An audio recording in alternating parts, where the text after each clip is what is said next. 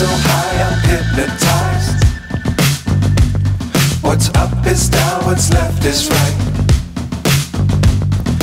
Chasing stars and holding you. அழகான லிங்குகள் இருக்கு பாருங்க, இது அழகான உறவுகள் இருக்கு.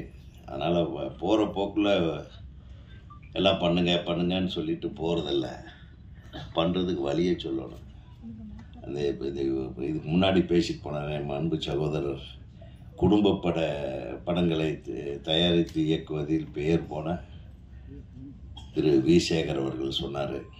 அவர் படம் பண்ணுறப்போ இருந்த சூழ்நிலை, இப்போ படம் பண்ணுறப்போ இருக்கிற சூழ்நிலை, அப்போ படம் வெளியாகிறதுல இருந்த சூழ்நிலை, இப்போ இருக்கிற சூழ்நிலை, இது காலங்காலமாக மாறிக்கிட்டே இருக்கும். ஆனால் இப்போ ரொம்ப மோசமாக மாறியிருக்கு. அதுதான் மேட்ரு. எல்லோரும் இதெல்லாம் நீங்கள் கரெக்ட் பண்ணணுன்னு அவர் சொல்லிட்டு போயிட்டார்.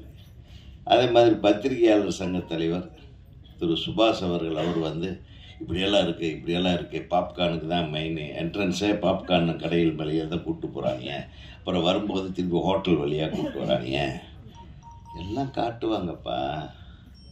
நம்ம அதுக்கெல்லாம் மயங்கக்கூடாது.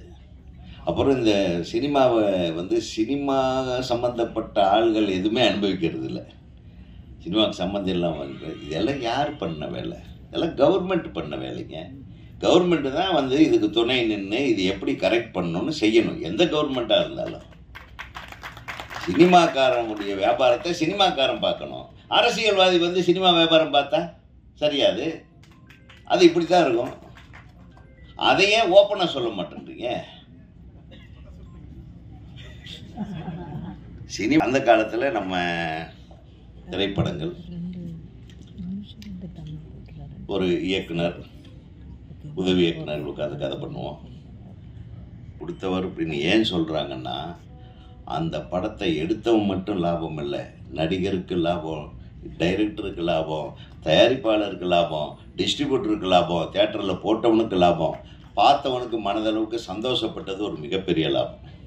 இத்தனை பேர் லாபம் சம்பாதிச்சதுனால தான் அந்த படத்தை எடுத்த இயக்குனரோ, அந்த படத்தை தயாரித்த தயாரிப்பாளரோ, அந்த படத்தில் பணியாற்றிய கலைஞர்களுக்கோ, தொழில்நுட்ப கலைஞர்களுக்கோ இன்றளவுக்கும் பேர் இருக்கிறது.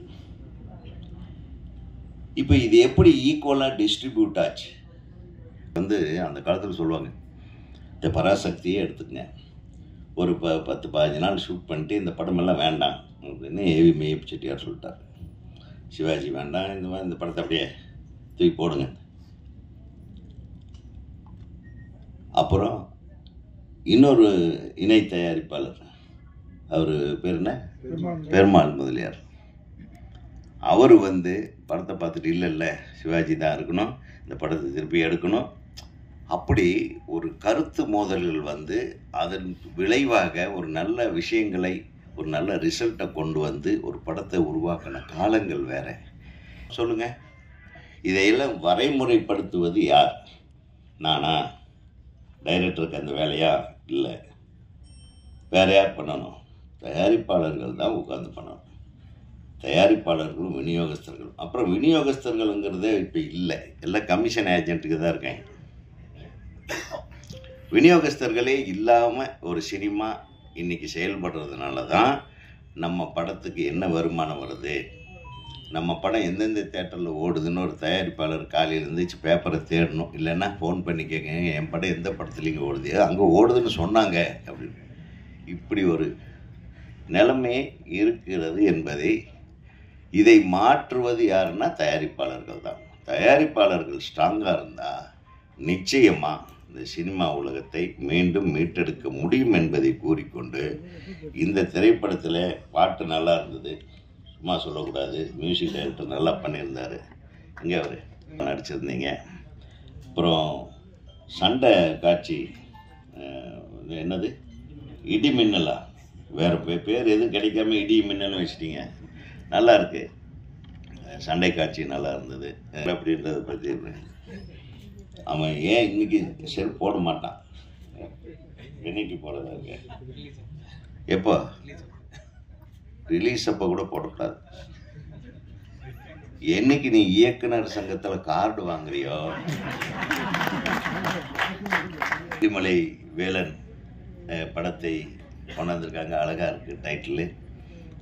வி சேகர் சொன்ன மாதிரி இப்போது முருகன் மிகப்பெரிய வெற்றி படமாக அமைய எல்லாம் வல்ல இறைவன் உங்களுக்கு அருள் புரிய வேண்டும் என்று கூறி விடைபெறுகிறேன். நன்றி. இப்போ மீட்டிங் வந்து போகணும், ஈசி மீட்டிங்கு. பாண்டிச்சேரி செந்தாமரை கண்ணன் நிறைய பேருக்கு இங்கே தெரியும், சில பேருக்கு தெரியாது. என் பேர் பாண்டிச்சேரி செந்தாமரை கண்ணன். நான் பாண்டிச்சேரி சேர்ந்தவன். அண்ணன்லாம் தெரியும். இங்கே மும்மூர்த்திகள் மேலே 3 இயக்குநர்கள் அமர்ந்திருந்தார்கள். 4வதாக எங்களுடைய மங்கை ஹரிராஜன் அண்ணனும் சேர்ந்து பெரிய இயக்குநர்கள் இங்கே இந்த திரைப்பட விழாவிலே கலந்து கொண்டு இருக்கிறதுனால நான் அதிகமாக பேச முடியாது. அனைத்தும் அவங்க அண்ணன் பேசிட்டாங்க. அண்ணா ஒரு கருத்து, தயாரிப்பாளர் சங்கம் நினச்சா படம் ரிலீஸ் பண்ணுறதையும் இயக்குநர்களும் தயாரிப்பாளர்களையும் உருவாக்கலாம்னு சொன்னீங்க. எல்லா கருத்துக்களும் உண்டு. தயாரிப்பாளர்களை உருவாக்குவது யாருன்னு உங்களுக்கு தெரியுண்ணே. உங்கள் காலங்கள் வேறங்க. நீங்கள் எடுத்த படங்கள்லாம் இன்றைக்கும் வைரம் பாய்ந்த மாதிரி. ஆனால் இன்று எடுக்கக்கூடிய தயாரிப்பாளர்களும் இயக்குநர்களும் வர அத்தனை படங்களும் ஈசந்துருண்ணே. உங்கள் படம் இன்னைக்கு போட்டால் கூட இன்னைக்கு எத்தனை பேர் பார்க்கறாங்க. சொன்ன மாதிரி நான் இயக்குநரில் சொல்லணும், இயக்குநர்களும் தப்பு பண்ணியிருக்காங்க.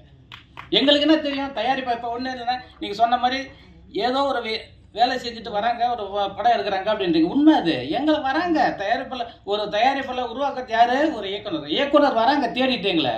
நான் சும்மா உட்காந்துட்டு நான் ரியல் எஸ்டேட் பண்ணியிருந்தேன். என் வீட்டுக்கு வந்து கதவை தட்டி உன்னை நான் அப்படி பண்ணுறேன் இப்படி பண்ணுறோம், இவ்வளோ கோடி சம்பாரலாம் அப்படியே கோடி சம்பாரலான்னு சொன்னதெல்லாம் யார்? ஒரு இயக்குனர்.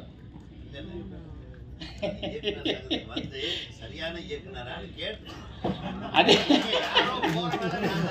அண்ணா இப்ப நீங்க சொன்ன மாதிரி இயக்குநர்கள் சங்கத்துல இல்லாதவங்க தான் இன்னைக்கு வெளியே சுத்துறாங்க. அதனாலதான் உங்களுக்கு தெரியல, எங்களுக்கு தெரியல. ஆமா, அது வந்து இன்னைக்கு மீட்டிங் நடந்து இப்ப நான் போகணும். அதனால அண்ணா சொன்ன கருத்துக்கெல்லாம் இப்போ நான் போய் கேட்க போகிறேன், நானும் சொல்ல போகிறேன். சிறிய தயாரிப்பு ஒருத்தன் வந்து, ஆனால் சினிமா இருக்கும் கற்றுக்கிட்டு தான் வந்துடும். நானெல்லாம் வந்து இப்போ தயாரிப்பு தம்பி வந்து ஏதோ ஒரு பள்ளிக்கூடத்தில் கூட நீ ஒரு நாடகத்தில் நடிச்சிருப்பேன்னு பார்த்துக்கிறேன். அதெல்லாம் தனியது. அண்ணா இன்னொரு நாளைக்கு பேசு. உங்களை அத்தனை பேரையும் சந்திக்கின்ற ஒரு வாய்ப்பை இந்த நேரத்தில் இந்த திரைப்படம் எனக்கு அமைத்து கொடுத்திருக்கிறது. எத்தனையோ ஜாம்பான்கள் சாதித்த இந்த கலைத்துறையில் நானும் இன்று இருக்கிறேன் என்பதில் முதலில் என் தாய் தந்தைக்கு நன்றி தெரிவித்து உங்கள் அனைவரின் பொற்பாதங்களை வணங்கி இந்த கலைத்துறையின் மேல் கொண்ட பற்றால் நான் வந்துள்ளேன். என்னை வளர நீங்கள் அத்தனை பேரும் வாழ்த்துக்களை இந்த நேரத்திலே தெரிவிக்க வேண்டும் என்று உங்கள் பொற்பாதங்களை வணங்கி கேட்டுக்கொள்கிறேன். நன்றி, வணக்கம்.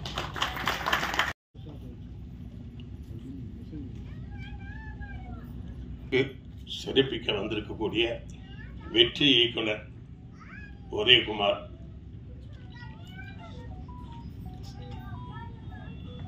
நம்ம பேரரசு, இவங்கெல்லாம் மிகப்பெரிய வெற்றி படங்களை கொடுத்தவங்க. மங்கை ஹரிராஜன் சீரியல் சினிமா 2லையும் வெற்றி படம் கொடுத்தவர். இன்னும் நண்பர் தயாரிப்பாளர் வெள்ளிமலை வேலன் வந்து படம் வெற்றி பெறணும். இது வந்து எடுக்கப்பட்டது வந்து இங்கன்னு சொல்லி கேள்விப்பட்டேன். நம்ம ஊர் வள்ளிமலை, வேலூர் பக்கத்தில் இருக்கிற வெள்ளிமலையில். அது எங்கள் ஊர் திருவண்ணாமலைக்கு பக்கத்தில் இருக்கிற ஊர். இது இப்போ ஏதோ சில முருகன் சீசன் நினைக்கிறேன். இப்போ அதை ஒரு பக்கம் அரசியல்வாதிகளும் பார்த்தீங்கன்னா முருகன் மாநாடு போட்டுட்டு இருக்காங்க, மாறி மாறி போடுறாங்க இல்லையா. டெல்லியில் இருக்கிறவங்களாம் கூட விடுறதில்ல முருகனை. அகில உலக ஃபேமஸ் முருகன். இந்த சீசனில் முருகன் பேர் வச்சதுனால அவர் வெற்றி பெறுவார்ன்ற எனக்கு தோணுது. இந்த முருகன் தான் இப்போ சூப்பர் ஸ்டார். இந்த சூழ்நிலையில் ஆன்மீகத்திலையும் சரி, அரசியலையும் சரி, சினிமாவுக்கு வந்துட்டார் அவர். அந்த வகையில் இந்த படம் வெற்றி பெறும். அதை போடும்போது நீங்கள் விளம்பரம் போடும்போது கூட அப்படி ஓரமாக ஒரு வேல் போட்டிருக்கீங்க. அது கொஞ்சம் முருகர் கூட கொஞ்சம் ஒன்று போட்டுருங்க ஓரமாக. அதாவது ஆன்மீக படம் மாதிரி இருக்கக்கூடாது, ஆனால் முருகர் ஏதோ உங்கள் எம்பல் மாதிரி இருக்கட்டும். ஒன்று அதுக்கு வந்து சீசன் இருக்கு இப்போ. அதனால் இந்த படத்தில் இருக்கிற கதாநாயகி, தயாரிப்பாளரி கதாநாயகன் எப்பயுமே வந்து கதாநாயகன்னா எல்லாம் எம்ஜிஆர் சரோஜா தேவி மாதிரியே இருக்கணும்னு அவசியம் இல்லை. அந்த படத்துக்கு பொருத்தமாக இருக்கணும். அந்த படம் எடுக்கிறது கிராம படம் தான் கிராமத்துக்கு பொருத்தமா இருக்கணும், சிட்டி படம்னா சிட்டிக்கு பொருத்தமா இருக்கணும். உலக சுற்று வாழ்வன் மாதிரி இருந்தால் எம்ஜிஆர் மாதிரி தான் இருக்கணும், இல்லைன்னா உலக சுற்றி பார்க்கறதுல வேஸ்ட் இல்லையா? அந்த மாதிரி வீரபாண்டி கட்டபொம்மன்னா சிவாஜி மாதிரி ஒருத்தர் இருந்தாதான். அந்த மாதிரி இந்த படத்துக்கு ஏற்ற கதாநாயகன் கதாநாயகி புதுசு மாதிரியே தெரியல, நல்ல கூச்சம் இல்லாமல் நடிச்சிருக்காங்க, எல்லாம் பண்ணியிருக்காங்க. மற்றவங்களும் எல்லாருக்கும் இந்த டெக்னீஷியன்ஸ் எப்பயுமே என்ன பண்ணுவாங்கன்னாக்கா அந்த நடிகர்களை மட்டும் பாராட்டிட்டு டெக்னீஷியனை விட்டுருவோம். ஏன்னா அவங்க பின்னாடி இருக்கிறாங்க, அவங்க தான் ஏற்கிறவங்க. எனக்கு என்னுடைய வாழ்த்துக்கள்.